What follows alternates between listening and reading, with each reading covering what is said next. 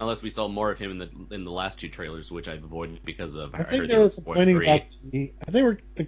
Hold on. I think they were complaining about the red lens eyes or something, despite the Huh. fact that in A New Hope, you could barely see that he did have red eyes, kind of And before they. Yeah. even the original concept art featured reddish eyes. Mm. Indeed, Star Wars Rebels had that too, but of course for Yeah. the Sith and Empire and Return of the Jedi, the eyes were tinted black. Hmm.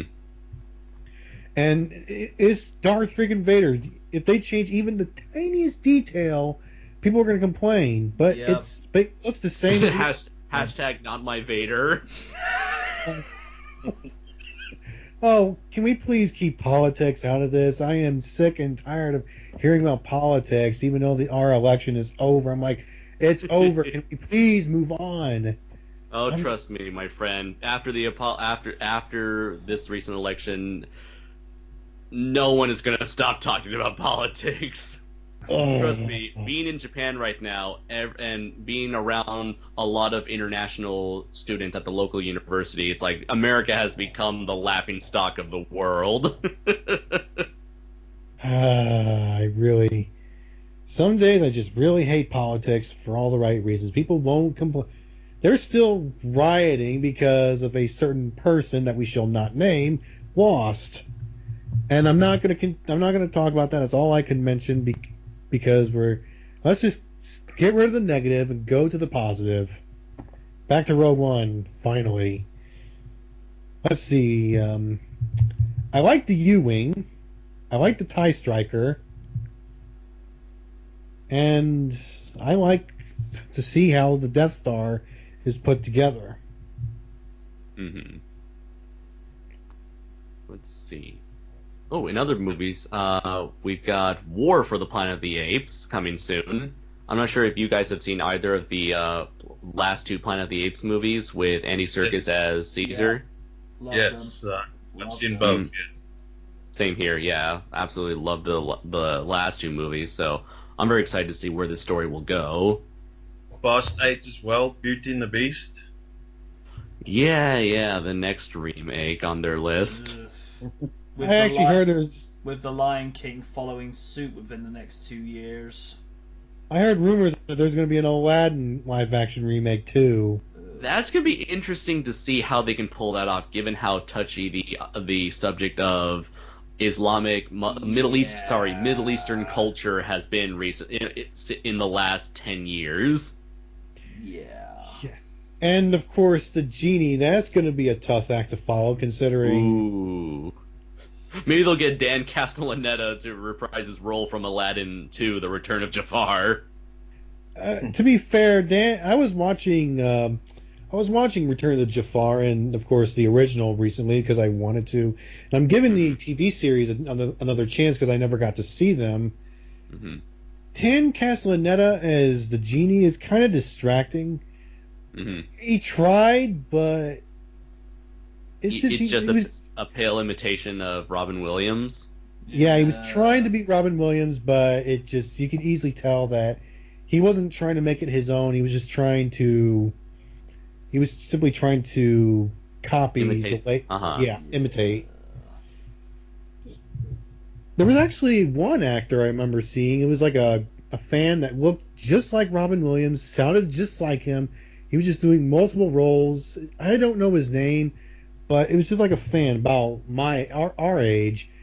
He looked just like Robin Williams when he was young, and he just kept doing all these roles over and over and over. It's just spot on. I wish I knew who that guy was.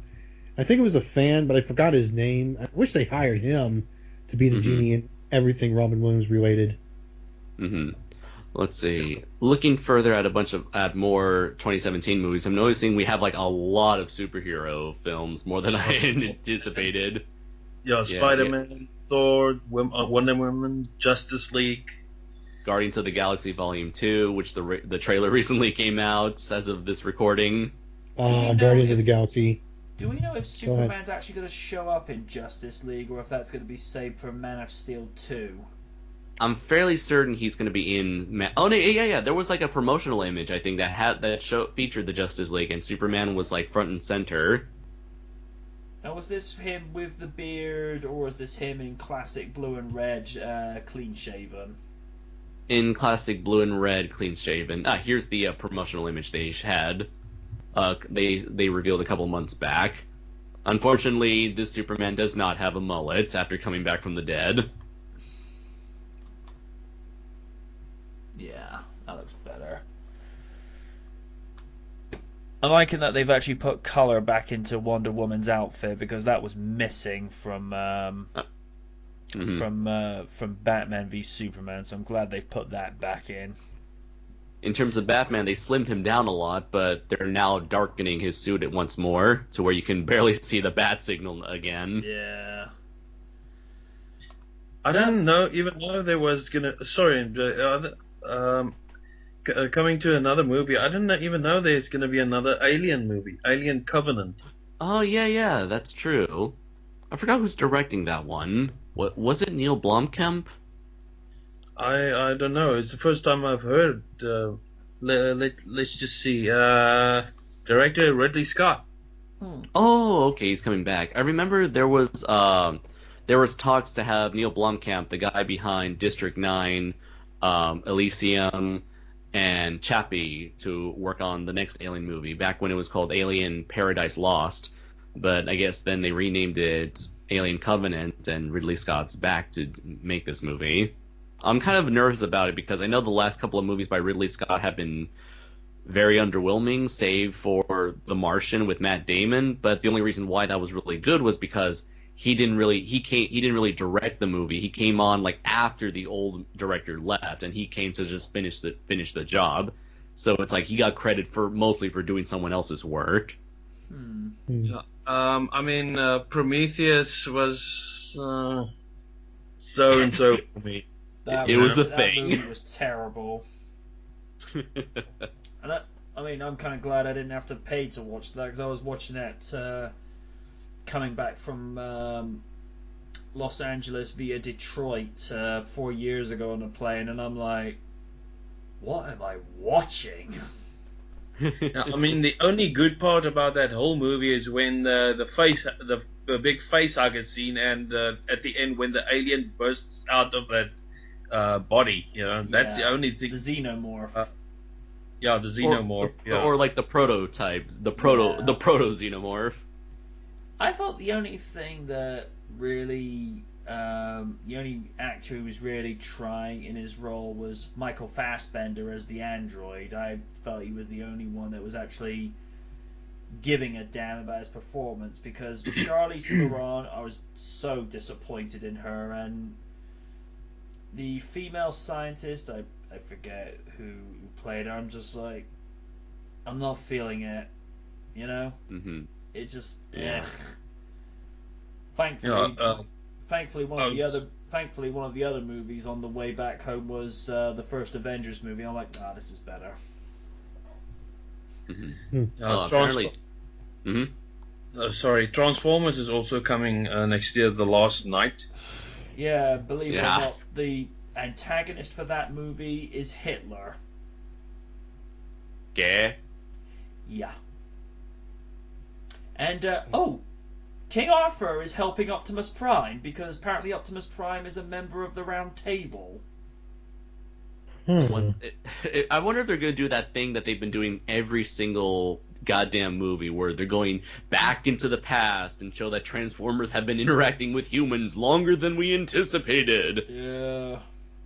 Like before it was like, what was it, like 18th, 19th century European explorers. Then the second movie it was ancient Egyptian and I believe like cavemen. Yeah. And then like the third movie it was about the space race between Russia and America.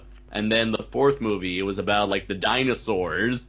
And now the fifth movie, I guess it's about medieval knights. It's like it's the same gimmick over and over again, the same plot device.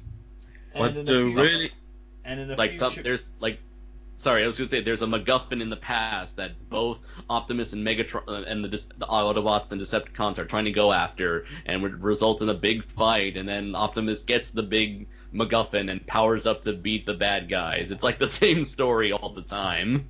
The other It's movie- getting tired.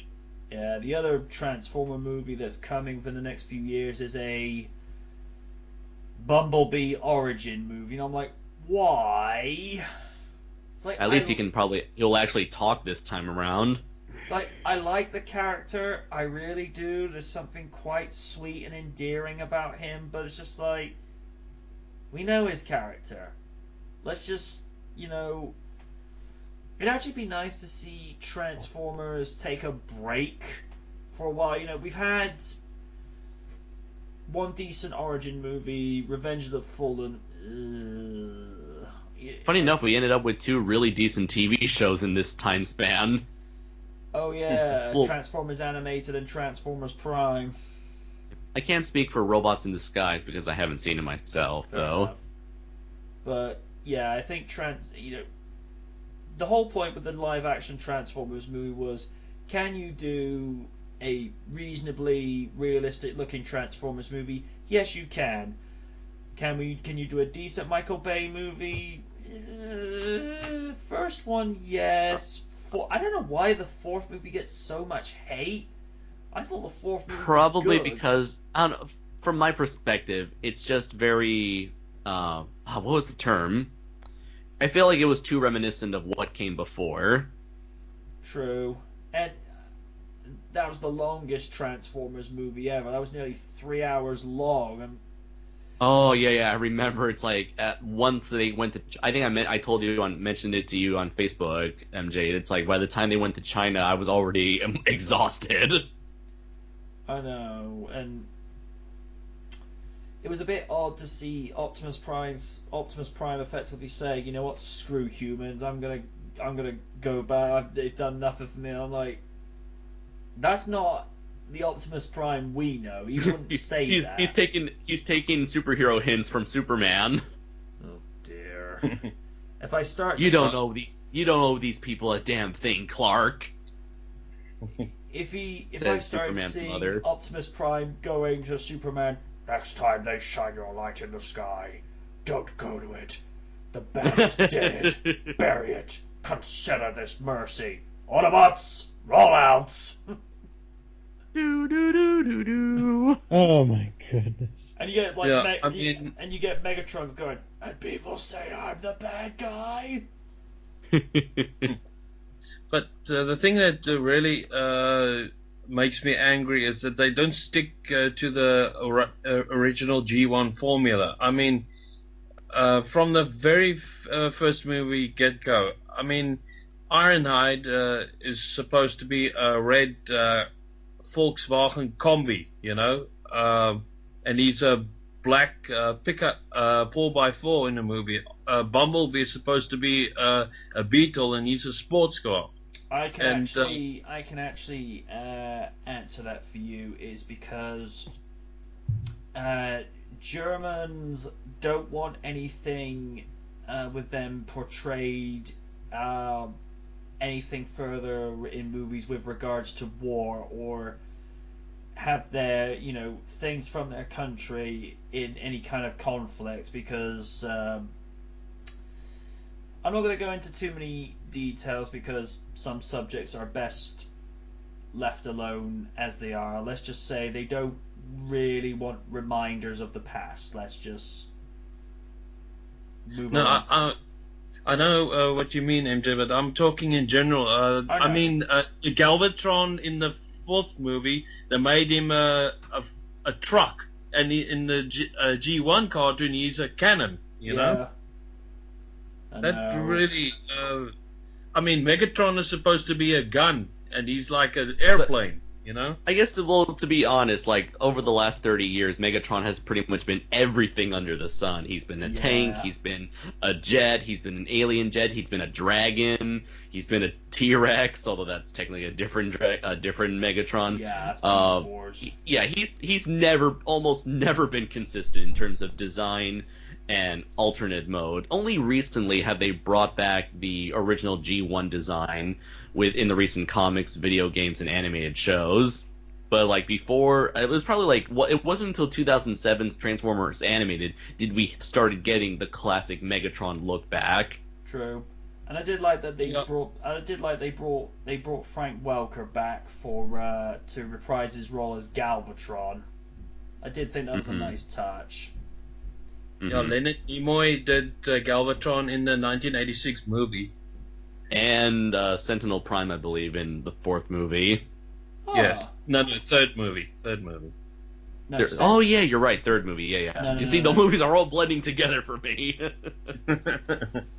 no, Sentinel Prime in Dark of the Moon. That was Leonard Nimoy. That wasn't Frank Welker. Right. That's what I wanted to say. It was Leonard Nimoy. My bad. Yeah, he was. It's funny, they got the guy who played Galvatron, but they have him play a different character. And then when you have Galvatron, you get back Megatron. Yeah, and more movies that are coming is like World War Z 2, Cars 3, Blade Runner 2049, Baywatch. Oh, come on. Oh no. And in all of that, they can't even make it one Knight Rider movie. At least Hollywood is throwing you a bone, MJ, with a web suppose. series. But It's something. with Baywatch, I don't know where to stand on that. I mean, yeah, Baywatch has its place in the history books for a series that came back strong after being cancelled originally, and Hasselhoff, getting the Guinness Book of World Record for most TV appearances ever in one series. But Baywatch, trying to find a place in the world today, it's a product of its time. I don't really feel like it fits within any narrative. I mean, Rock will probably make a reasonably good performance as Mitch Buchanan, but I don't know. I just don't know. Yeah, but And they as you also- say, Knight Rider is being given a new series, but until I see what Justin Lin's going to do, I'm not going to give an opinion on it just yet. Well, you will be having more Nightwatch episodes, MJ. That's true. Yeah, more material to work with. That is true. One film. Oh, sorry.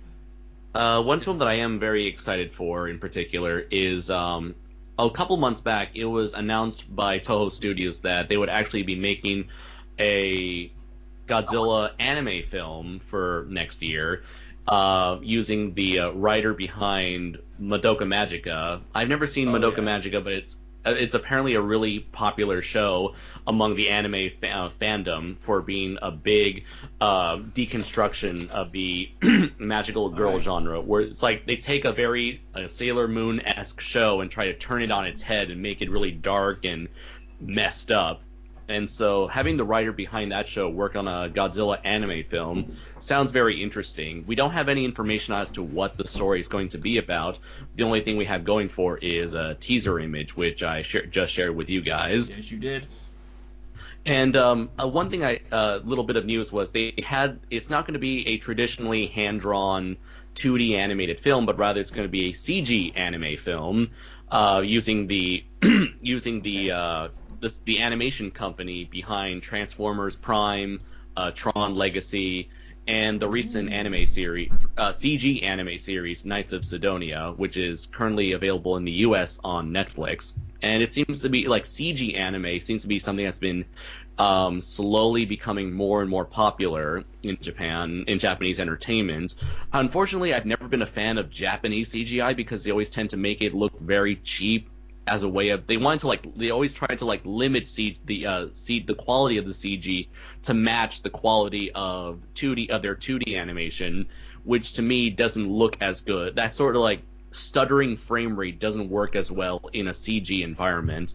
However, being that this is a CG film, I mean, this is actually a big budget theatrical film as opposed to a direct to video OVA or just a television series. I feel like this could look very good. Unfortunately for Godzilla fans, like a lot for years, us Godzilla fans have always wanted to see Godzilla in animation, just not in CG animation, really. But I still hope that this could be something that will turn out to be a very good, interesting installment in the franchise, especially after Shin Godzilla came out this year.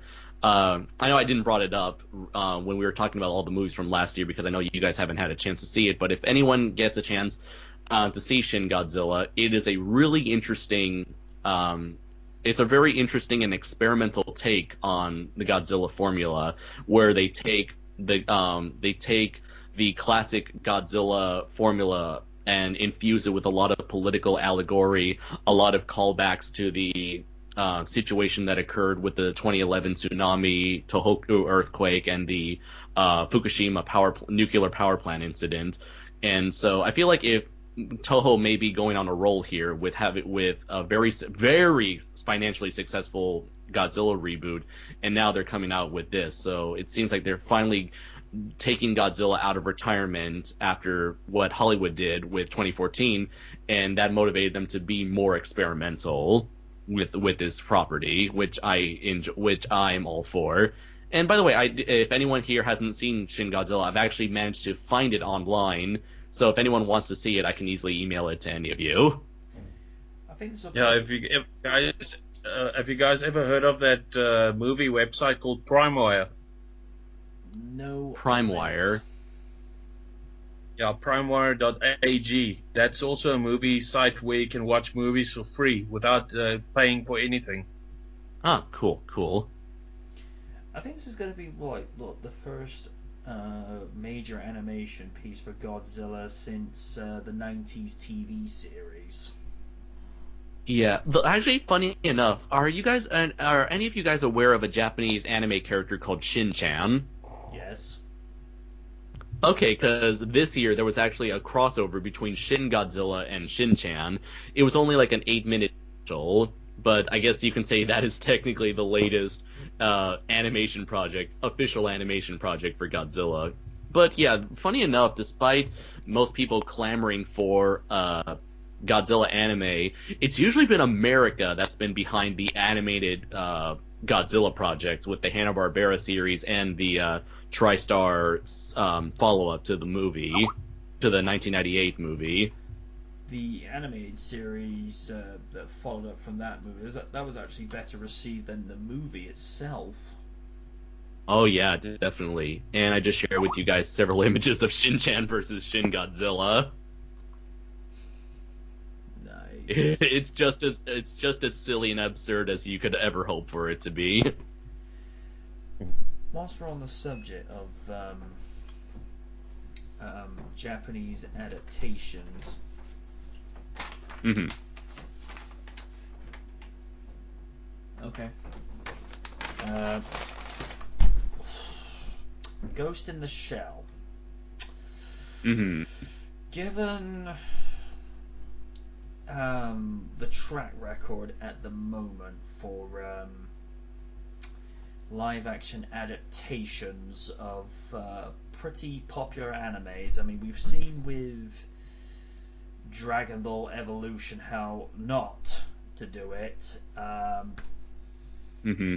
I'm trying to think of other anime properties that have gone live action, because I know apparently Leonardo DiCaprio's company is working on doing a live action adaptation of Akira, and I've never actually seen that movie, Mm-hmm. but I know that You definitely should. I highly recommend it. I know that people highly regard that as one of the templates of how to do a good anime movie, so his company better not mess that one up. I mean, and also, with Ghost in the Shell, that is, again, like Akira, that is so beloved, so, fans have got so much affection for it. And given that, and I'm just saying this from a critical perspective, Scarlett Johansson is not the person I would automatically choose to cast as Major Motoko Kusanagi, but Ghost in the Shell is one of those properties.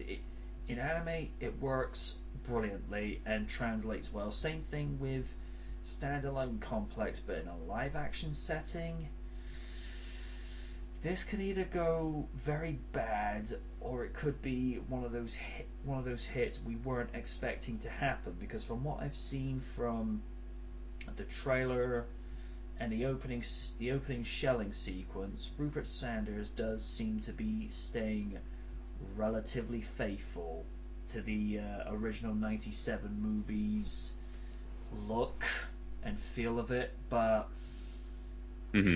I don't know.